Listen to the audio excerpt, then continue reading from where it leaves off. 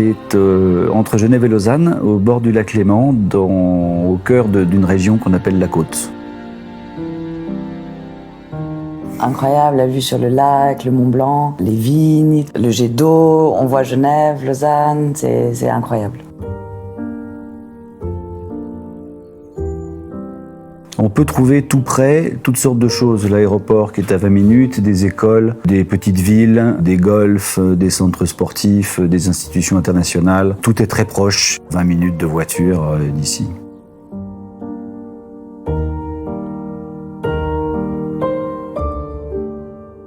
Autour du château lui-même, on trouvera une ferme, un spa, un bureau, une ancienne forge, des remises agricoles, des garages, différents bâtiments qui forment un tout.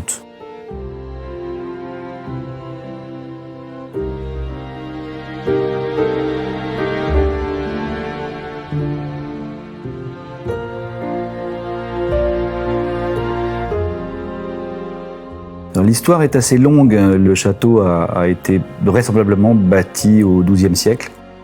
C'est un monument d'intérêt régional au patrimoine et que j'ai essayé de restaurer dans le respect le plus total de l'architecture existante, avec les moyens techniques d'aujourd'hui. Je pense que c'est un endroit magique, très calme, où on peut se faire une vie extrêmement agréable, à proximité de tout, et en même temps assez calme pour qu'on se sente isolé même si on ne l'est pas.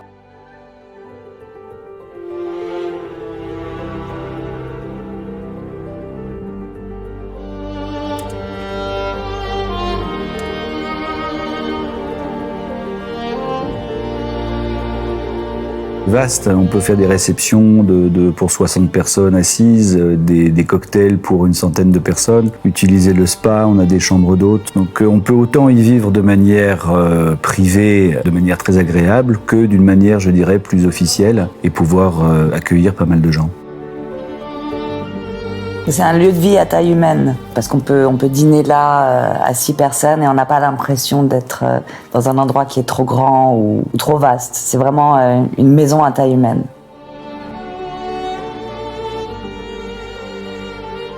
Alors quand j'ai repris le domaine il y a 20 ans, mon prédécesseur faisait 5 vins avec 5 cépages. Moi, mon idée était de considérablement élargir l'offre pour essayer de prouver qu'on pouvait faire des repas gastronomiques avec des accords mets et vins extrêmement pointus qu'avec mes vins. Donc j'ai discuté avec un de mes amis d'enfance qui est aussi vigneron dans le village, qui a accepté de me suivre dans mon idée, qui était de faire que des monocépages. Donc de planter aussi des nouveaux cépages, de réintroduire la barrique. Et donc j'ai complètement remanié toutes les caves qui étaient obsolètes pour lui donner un outil qui lui permettrait de faire un vin qui soit à la hauteur de ce que j'avais envie de faire. Très vite, on est passé en lutte intégrée, ensuite en bio et maintenant depuis 3 ans en biodynamie. Pour une raison très simple, c'est que j'ai l'impression qu'aujourd'hui, on doit être conscient de ce qu'on fait et des produits qu'on injecte et qu'on ingère dans la terre et dans nos organismes.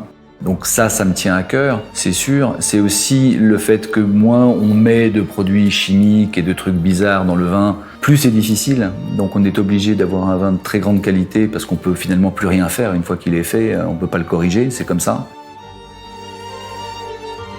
J'avais envie de prouver qu'on pouvait faire des très bons vins tout en étant bio et biodynamie. Ce qui est arrivé aujourd'hui, puisqu'on a entre 1, 2 ou suivant les années, 3 premiers grands crus. Et on est les seuls à avoir des premiers grands crus en rouge dans le canton. On est une trentaine de vignerons en tout. Il y a, je crois, 27 chasselins et nous. Donc c'est un pari que j'avais envie de lancer. Alors, je dis pas que je suis le meilleur, mais je pense que j'ai participé au fait que les vins de la Côte sont maintenant reconnus. Et la Côte est aujourd'hui, dans le moyen haut de gamme, le meilleur rapport qualité-prix qu'on peut trouver au monde. Parce que les gens ne savent pas, mais c'est dommage.